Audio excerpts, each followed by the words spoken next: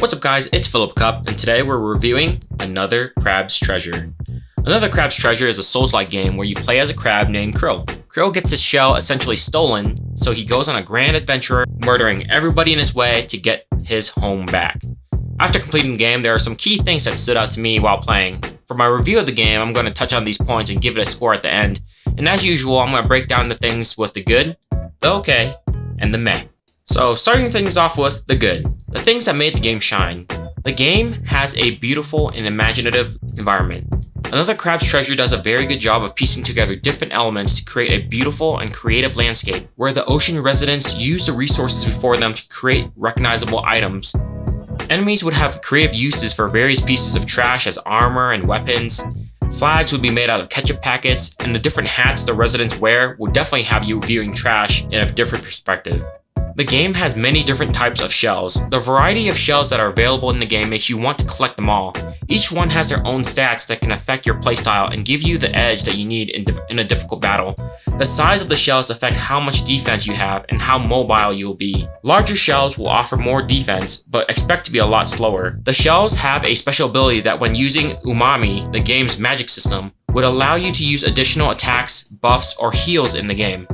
This allows the player to personalize their playstyle and adds to the replayability when players have options to how they want to fight. Bosses were punishing and difficult, but balanced with a forgiving respawn system.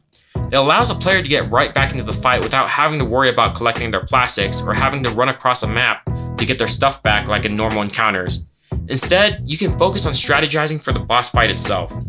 The game had a good mix of easy and rewarding boss battles. I was disappointed at first at how some of the boss battles were easier than others, but I came to appreciate them as I struggled with the more difficult ones. The okay. Things I noticed that with some improvement could be better. I would have liked to see more variety in terms of enemies, but it's not bad. Different sizes and a couple of different types of enemies are encountered in each region. There were some elemental enemies, but with more investment, they could be a lot better. For encounters, I would have liked to see a little bit more variety in enemies in each region. In later chapters, it seems like the enemies were the same, but changed just slightly. Eventually, you will encounter elemental enemies, but they are not very noticeable. The one that stood out to me was the one that could use electrical attacks. If you watch my gameplay, you know the one I'm talking about. These enemies felt unique and like a mini boss in itself. I would have liked to see more like them with different attributes. There are other status effects like poison or fear, but they paled in comparison to the electrical one.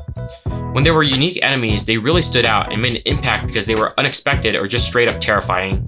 There would be occasional bugs when playing the game, but they were not too disruptive. Sometimes in combat, the enemy or Krill would just be launched into the air.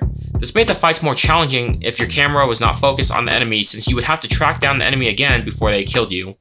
There is a boss where after I defeated it, one of its attacks animations kept going. It was pretty funny, and in the series, it's the one that I said felt underwhelming. There is a specific point in the game where you don't have a moon snail shell. If you die, it can cause problems with the map.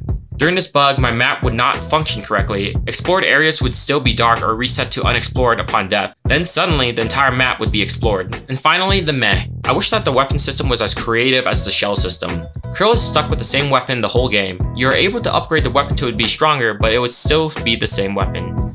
I would have liked to see more variety with faster attack, ranged weapons, or something different than the fork, even if it was just cosmetic. The camera was a huge burden at times, especially if you were fighting inside of a building or if they broke the lock-on camera view. I found myself trying to fix the camera mid-fight and getting frustrated when I died just because the camera did not work the way I wanted it to. If you're fighting inside the structure, the camera has the possibility of making it difficult to see whatever you are fighting and what attack they are charging up because it's jammed up against the wall on you. During combat, some enemies felt like their abilities were more fluid than Krill. I find it pretty frustrating when I press the attack button while an enemy is charging up an attack and being unable to dodge or block. If you attack, you are committed to the attack and can't interrupt your own actions, even if you react fast enough to the enemy. This is really frustrating because if an enemy is very bursty, it is not easy to fight. You have to wait, block, or try to dodge until there is a small window where they don't do anything to attack. In boss battles and some normal combat, performing a perfect block does not stagger the enemy, so by immediately countering after a block, you risk taking massive damage because of the enemy's comboing attacks. It feels like you are playing the whole game with a two-handed sword, where your attacks feel slow and you can't dodge mid-attack. There's an item where you can increase your attack speed, but the trade-off is you deal less damage. Another Crab's Treasure is a great introduction to fans looking to get into a Souls-like game that is fun, bright, and full of seafood. The forgiving respawn system allows you to rapidly retry boss fights, and even if you lose all your resources by dying twice, the game is balanced where you will quickly regain them back before you know it. The comedic gameplay, fun art style, and touch of difficulty will make this game a great fit for even casual gamers. I give Another Crab's Treasure a score of 8.5 out of 10.